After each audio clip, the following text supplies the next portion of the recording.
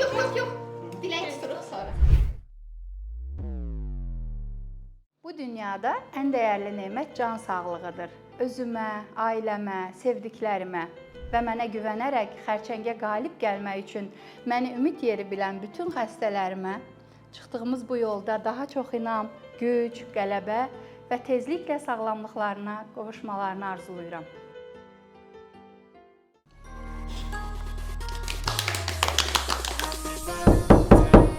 Gəl